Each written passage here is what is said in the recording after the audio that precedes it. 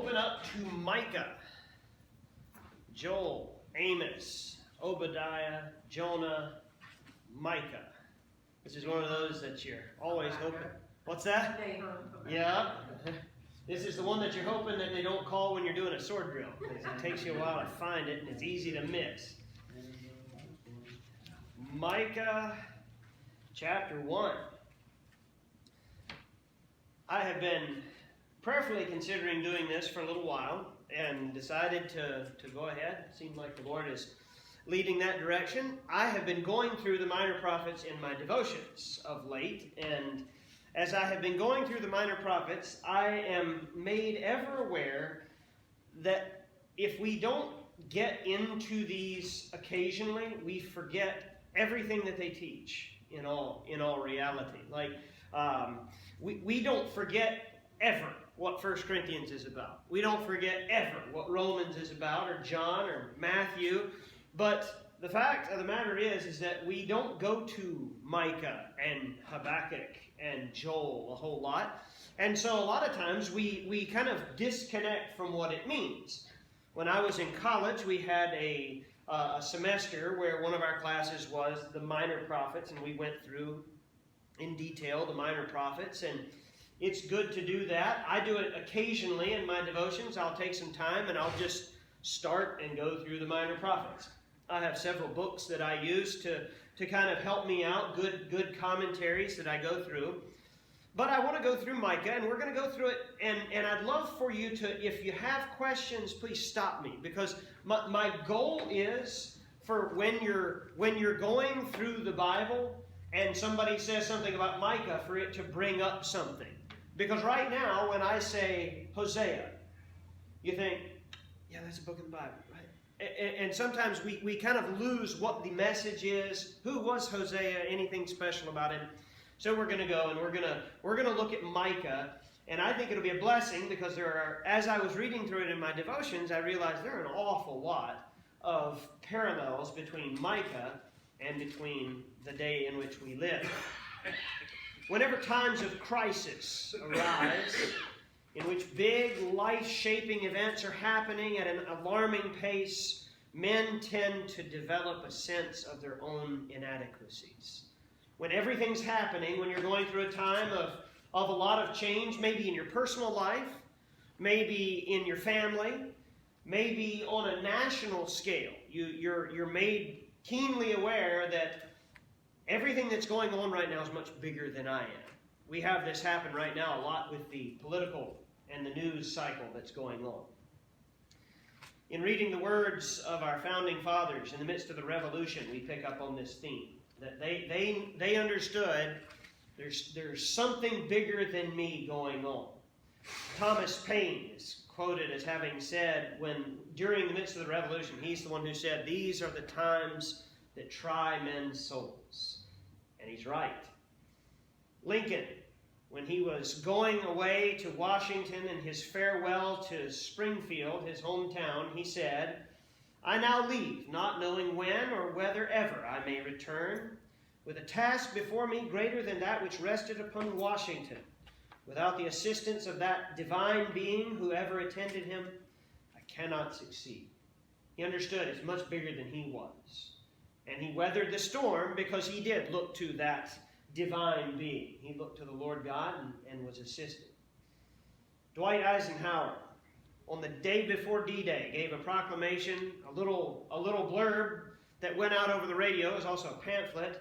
And it started out, "Soldiers, sailors, and airmen of the Allied Expeditionary Force, you're about to embark upon the great crusade toward which we have striven these many months. These eyes of the world are upon you. The hope and prayers of liberty-loving people everywhere march with you. In company with our brave allies and brothers in arms on other fronts, you will bring about the destruction of the German war machine, the elimination of Nazi tyranny over the oppressed peoples of Europe, and security for ourselves in a free world. Your task will not be an easy one. Your enemy is well-trained, well-equipped, and battle-hardened. He will fight savagely." You get the idea. He understands this is big. This is big. And that's exactly what we're going to see as we go through Micah. You could find similar examples of men feeling small before the rising tide of events that are outside of their control, all the way up to present day.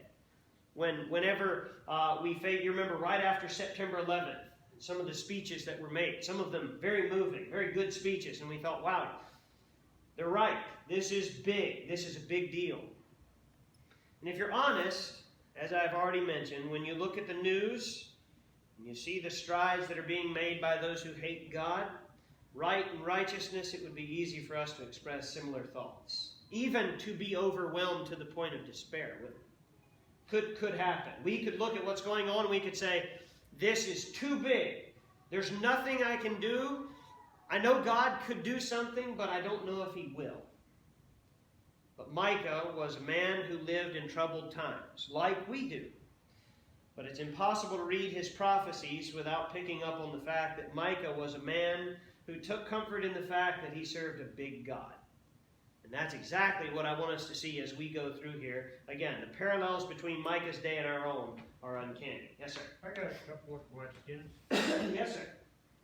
One of them is I guess I never understood ever why some of the prophets were called minor and some of them were called major prophets. Because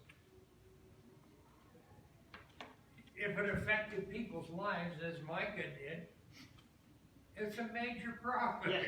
Yeah. All that it has to do with is the size of the book. Isaiah 66 chapters, and Micah is just a handful. Yeah. Joel and Obadiah is just one. Yeah. So they're called a minor prophet only because of the size. Because of the size of their prophecy. Not because of their... No, they gave earth message. You look at Habakkuk, there's no way you could call his message minor. He's very much blood, guts, and thunder. And it was coming, and he knew it. But it was minor just because it's short. And I think I've alluded to it several times, and other people have many times.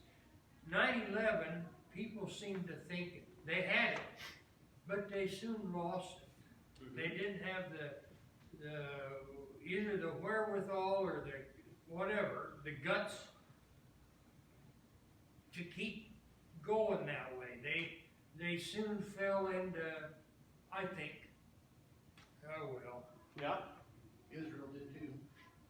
Yep. It's always the case. After every major event, you're always going to have an initial response, because in dire times, people look for a Savior. And that's why churches were full right after September 11th. But that's why they were empty in about 3 weeks. They went back to their normal size, because people are worried, and then people are worried until they get to the point where they say, it's going to be okay, and then they think, well, I don't need God anyway. Well, and so they helped me through this one. Yep. Muddle through this. That's it. Yeah. That's why persecution brings revival. I mean, it's almost.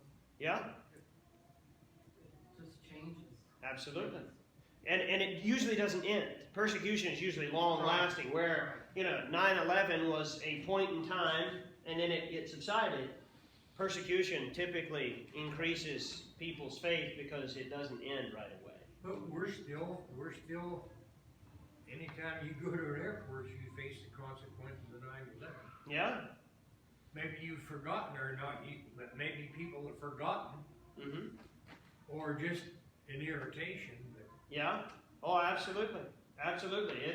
It's something that we tend to keep bits and pieces, but we never learn the big lesson right.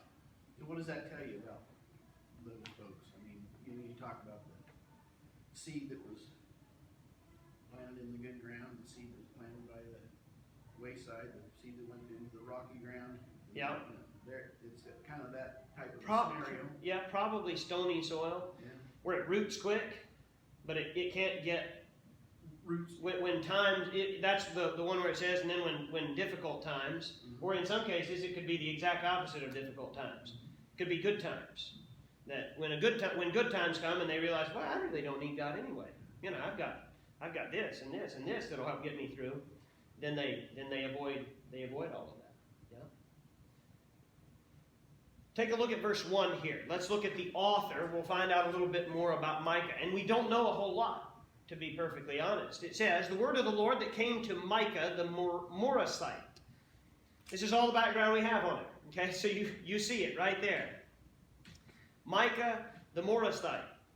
Morasheth was a small town in Judah, in the tribe of Judah, the tribal territory of Judah.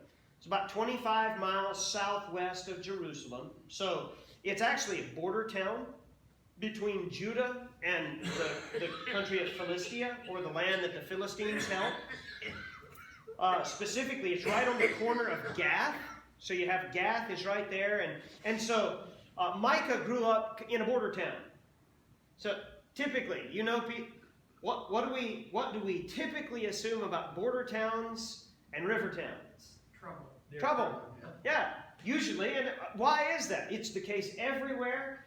Everywhere you go, you'll find a town right next to the river, usually brings trouble. Towns right on the border usually bring trouble. On the border of states, on the border of countries, usually brings trouble. So he was a man who, again, we're reading between the lines entirely, but we do know that Morasheth was a border town between Israel, or between Judah and Philistia. We're not told of his ancestry. We're not told of his parentage, as we are in some of their cases. His name, Micah, means who is like God, or who is like the Lord. Perhaps his parents had been believers in Jehovah to give him this name, but again, we don't know. He could have just, you may know a Micah now whose parents didn't name him that because of the title. The meaning of his name would be a good subtitle for the book that he wrote, though. The idea, who is like God.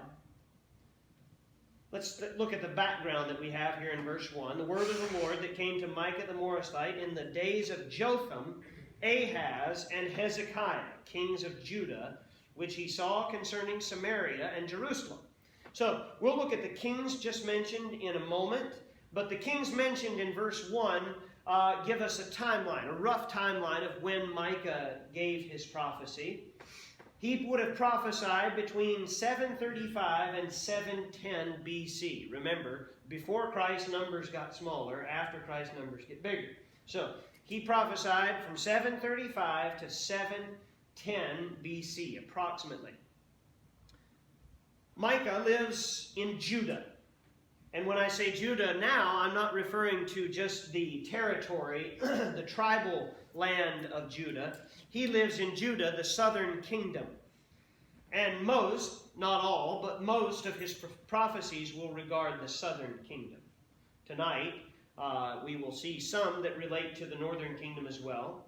But you remember the nation of Israel had divided in 975 BC under Rehoboam. Rehoboam was the son of Solomon. And when Solomon came into power, or when Solomon died, his son came into power. And his son was not a good king. Remember, Rehoboam was kind of a dud. He's the one who, he said, should I raise taxes? And he asked the people, should I raise taxes? They said, no, don't raise taxes. So he asked his friends, they said, raise taxes. And he raised taxes and the people rebelled. Okay? That was Rehoboam. Israel, the northern kingdom, made up of 10 tribes, seceded from the kingdom that was ruled by Rehoboam, the son of Solomon, the son of David, okay, which was ruled from Jerusalem. And they went to the north, and they chose a new capital. They chose the city of Samaria. Okay, this was before Samaritans existed as a hated class of people. Okay, perhaps you remember Ahab. Ahab ruled from Samaria, and it wasn't a hated. The people from Samaria weren't hated because they were Samaritans. That came from between the testaments. That whole strife and struggle. Question? No? Okay. Judah, the southern kingdom, was made up of the tribes of Judah and Levi. So you have 10 tribes in the north. You have 2 tribes in the south that went to the south. They maintained their capital in Jerusalem, where they were ruled by descendants of David.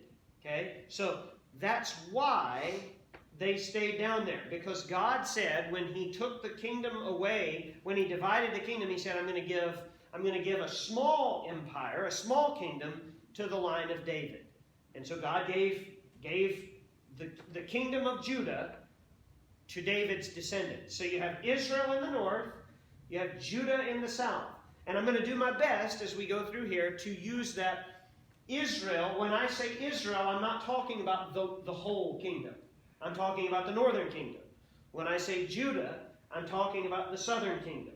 Okay?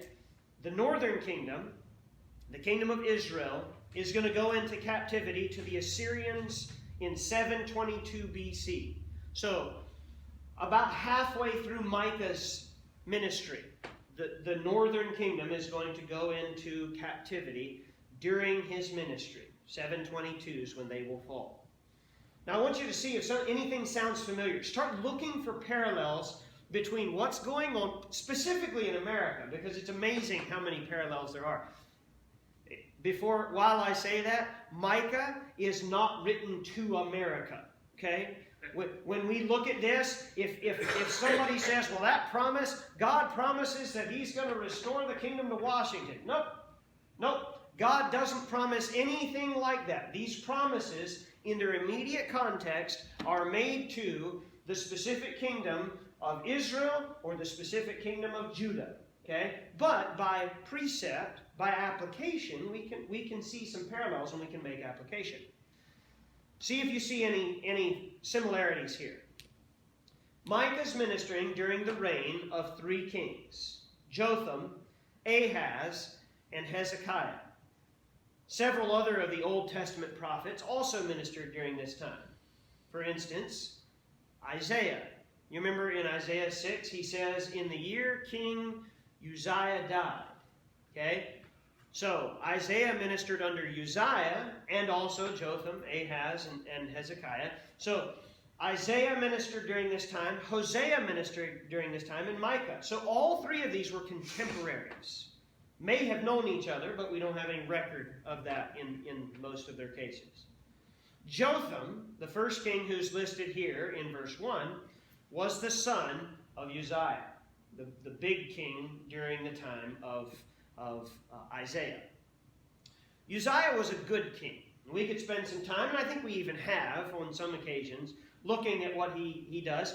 Uzziah was a very good king. He was good for the economy. He was good for the military.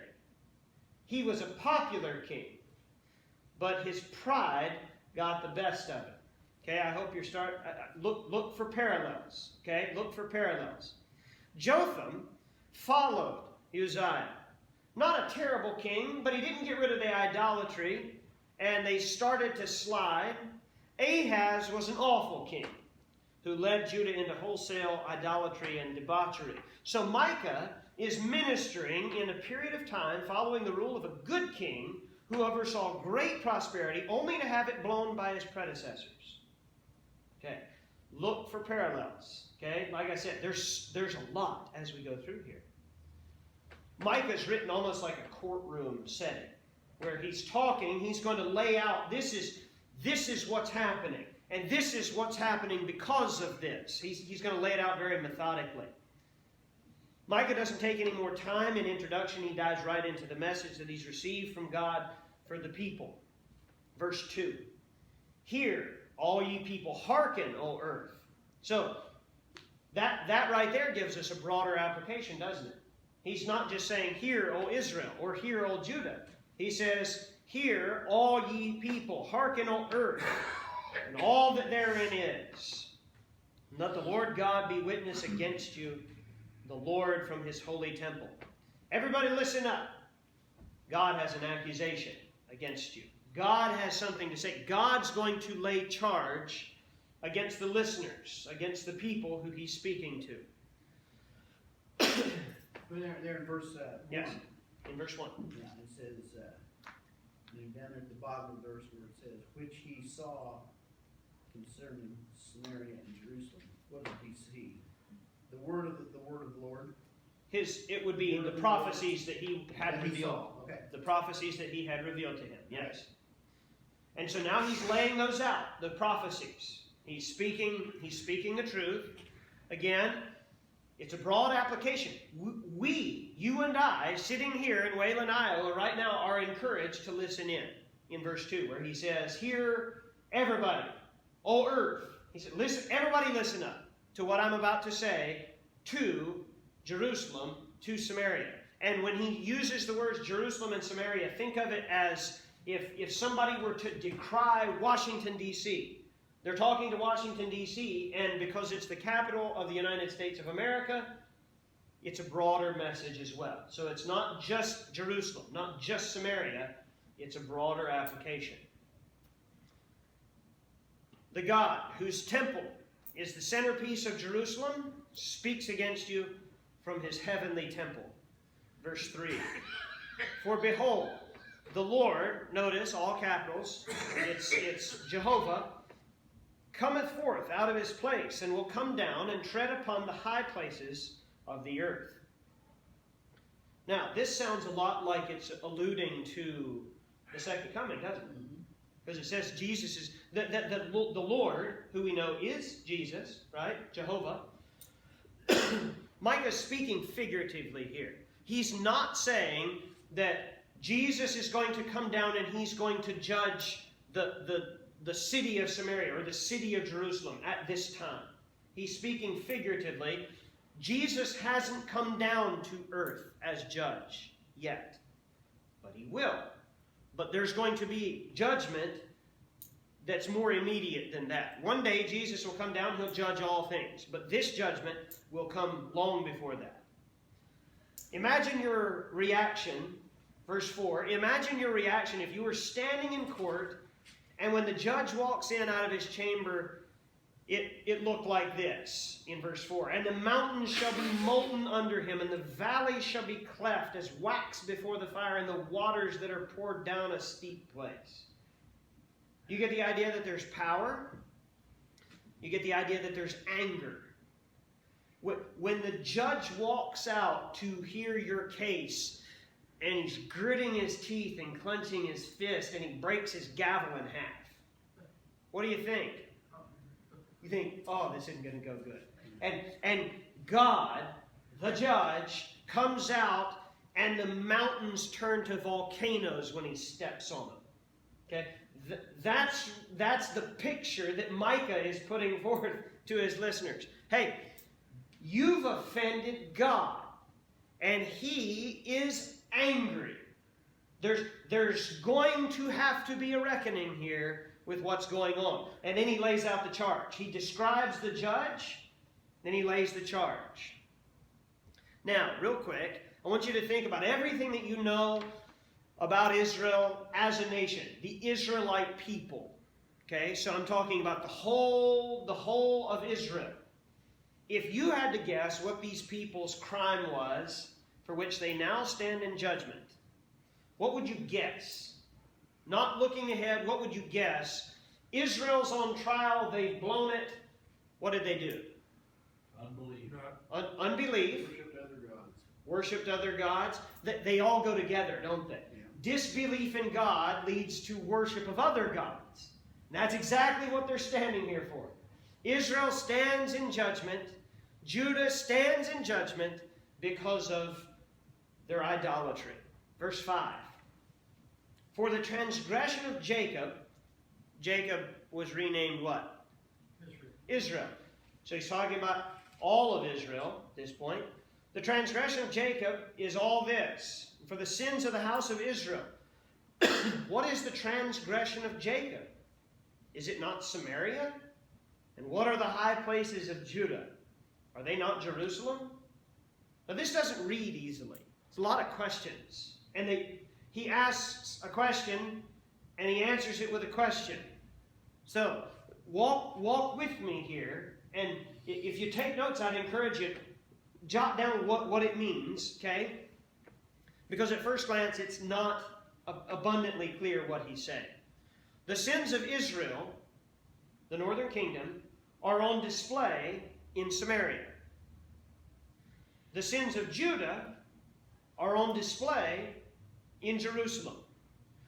Both of these kingdoms, the northern kingdom and the southern kingdom, are both guilty of idolatry. Okay? In the case of Israel, the northern kingdom, when the kingdom divided, okay, in the early 1700s, okay, BC, when the kingdom divided, the king of the north, it was Jeroboam was the king in the north. You remember the king's name in the south? Rehoboam. So hard to remember, okay? And there were actually two Jeroboams, okay? Not ruling at the same time. But you have Jeroboam in the north, you have Rehoboam in the south. Rehoboam's the son of Solomon. Jeroboam had been the servant of Solomon before. Okay? Jeroboam saw a problem because the temple, where's the temple? In Jerusalem, right? So the kingdom divides, and you've got the temple in Jerusalem, which is the capital of a foreign nation now. So Jeroboam has a problem.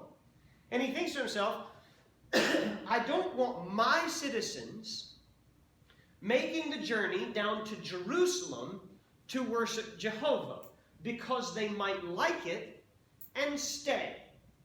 Okay? So what I need to do, this is Jeroboam, the first king of the northern kingdom, says, what I need to do is I need to give them an alternative. I'll give them an alternative place to worship, and I'll even give them something that they can look at. And so he made, you remember what he made? He made a golden calf. They've already, you think, we've already heard that song. Yeah, you have, and it ends the same way, okay? What Aaron did while Moses was on the mount, Jeroboam did to the nation of Israel. So he makes this golden calf. He says, look, you don't have to go down to Jerusalem. You can just worship here. And those calves that he made that the children of Israel in the northern kingdom could worship became a problem. It started the snowball of idolatry. Okay? They started worshiping a calf, and they thought it was Jehovah. Then they come to Ahab. You remember who Ahab was worshiping? Ahab and Jezebel? Baal, Ashtaroth, all of these other gods and goddesses. Molech. Molech's the one who they burned their children to worship. All of these came as a result of Jeroboam in Samaria. So when he says, what is the transgression of Jacob? Is it not Samaria? He's saying, it's the idolatry that started there. It's the idolatry that started way back then, hundreds of years before. He says, what are the high places of Judah? Are they not Jerusalem? Now, Jerusalem still had the temple, but did they always use the temple? No. There were periods of time in the Old Testament where they shut the doors on the temple and nobody used it. And it fell into disrepair. And it got cracks in it. It was in bad disrepair because everybody in Jerusalem, though they have the temple on the Temple Mount, they were worshiping other gods all around the city. So, in both instances, when we look here at verse 5, what is the transgression of Jacob? What is the transgression of Samaria and Jerusalem? In both cases, idolatry. Israel and Judah are going to be judged for their idolatry.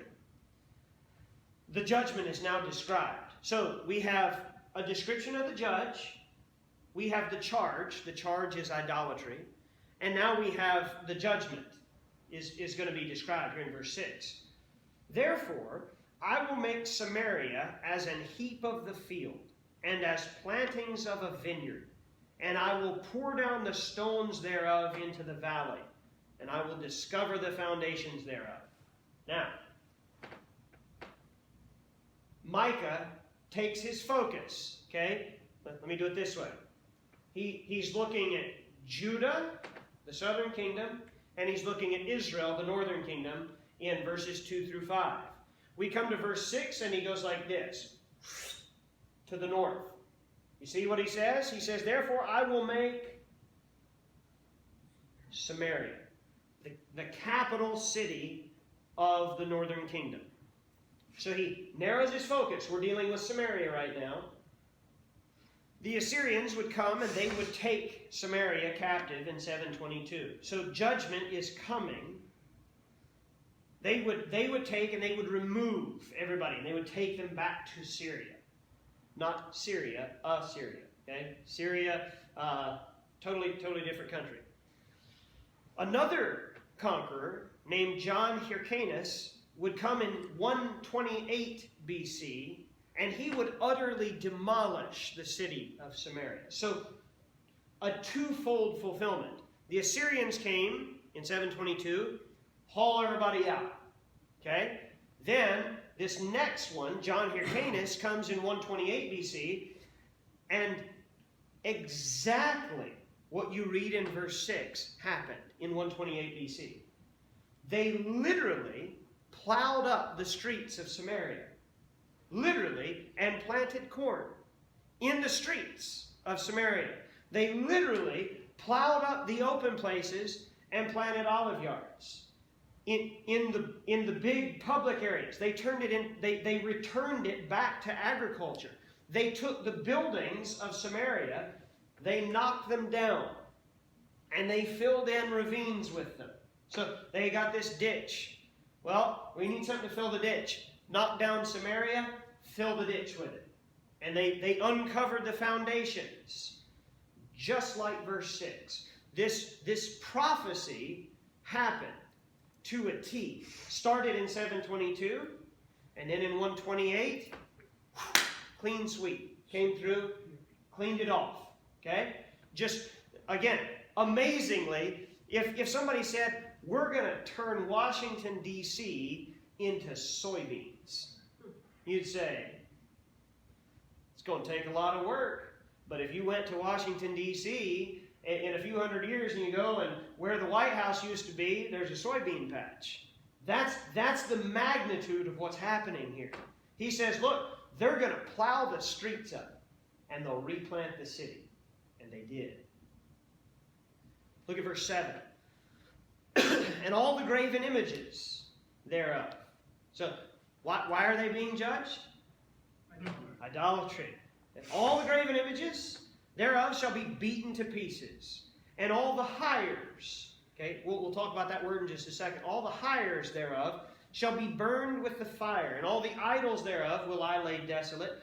For she gathered it of the hire of an harlot, and they shall return to the hire of an harlot. Their conquerors, the Assyrians, were idolaters. But they would take the idols that the people of Samaria had been worshiping, and they would smash them all to pieces. If you were an idolater and you just totally demolished a people, would you want to worship their God? Or would you be like, their God's a loser. I'm not worshiping their God. If their God could do anything, he would have defended them.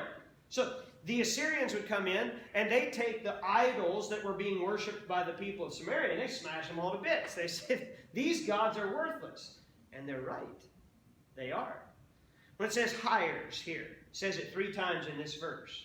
Hires here in this context has the idea of the price of a harlot. Okay? So the price of a prostitute is what he's talking about. When it says, for she gathered it of the hire of an harlot, and they shall return to the hire of an harlot. Immorality was part and parcel of the worship of these false gods. It was all bound up together. Many of these gods, the way you worshipped them, was in the very act of fornication. Many times, the temples of many of these had prostitutes, male and female, that they would send out into the city, because that's how their god or goddess was worshipped. Immorality had aided in the building up of the pomp of their idols, but all of that gain, and I put that in big quotes, all of that gain would return into the same immoral system that had given them. Yes, sir?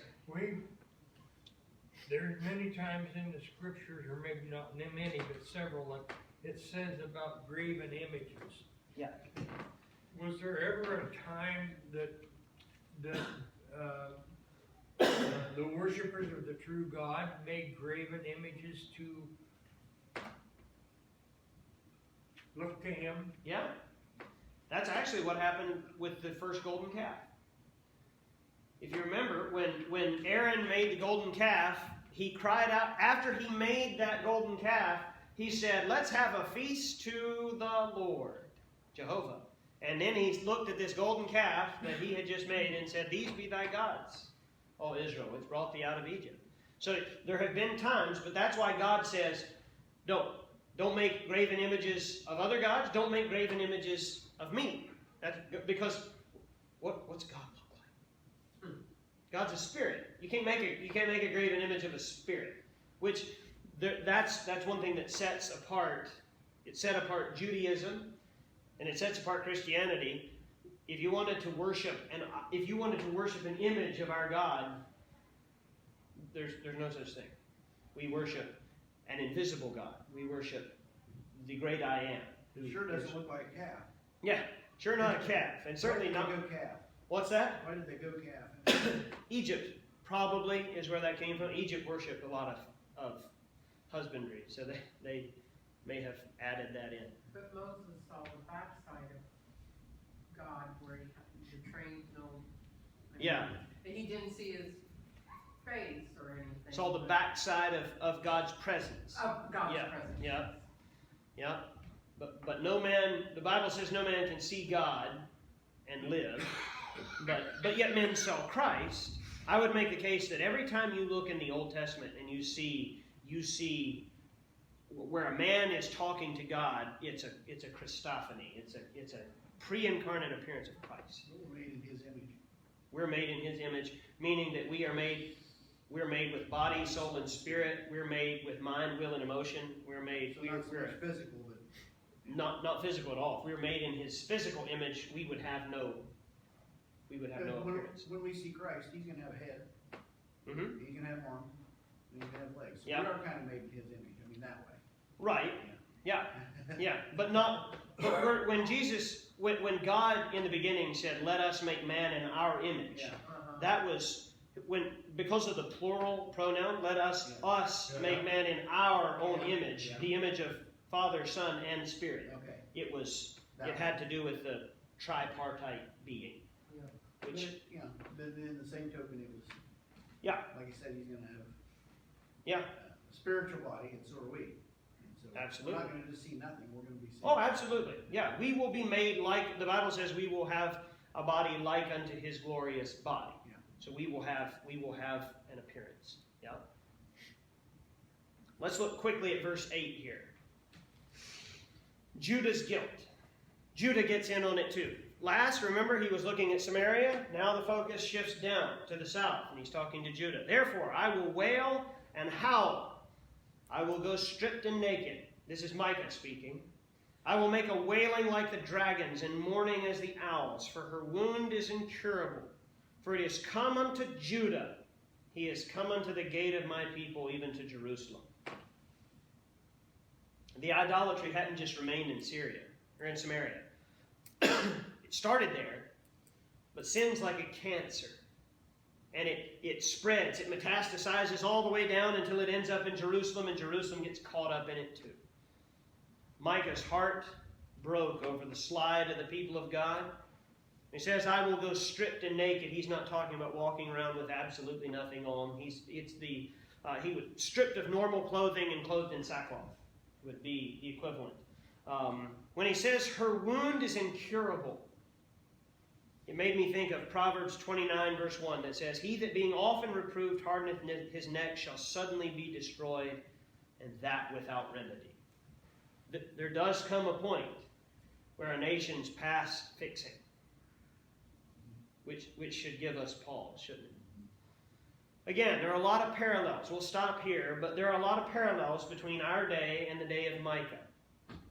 We serve the same big God as the prophet. In spite of the fact that judgment and punishment was justly deserved, the heart of Micah was broken over the judgment that was coming. Don't lose your ability to mourn over the sins of your people, of our people.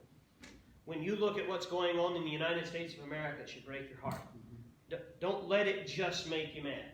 Okay? There should be anger. The Bible says, be angry and sin not. But Jesus got angry at sin, and I can get angry at sin. But don't just get angry. It should cause us to weep when we see what's going on in our nation. And to know that judgment, just like it came on Samaria, just like it came on Judah, very well may come down the pike towards us. But we need to be used just as Micah was, to be a voice. And we'll see, there's a lot, again, as we go forward, we'll see lots and lots of parallels. We'll see lots and lots of things. But again, my goal is that when you think Micah, it won't be, don't know anything about Micah. I want you to know what Micah's about. Okay? So remember this. Micah lives in Judah, and Micah primarily prophesies at Judah, but a little bit to Israel as well. So if you remember that, that'll help you as you go through. Read ahead, though, and see what's coming up next. So, lives in Judah, prophesies primarily to Judah.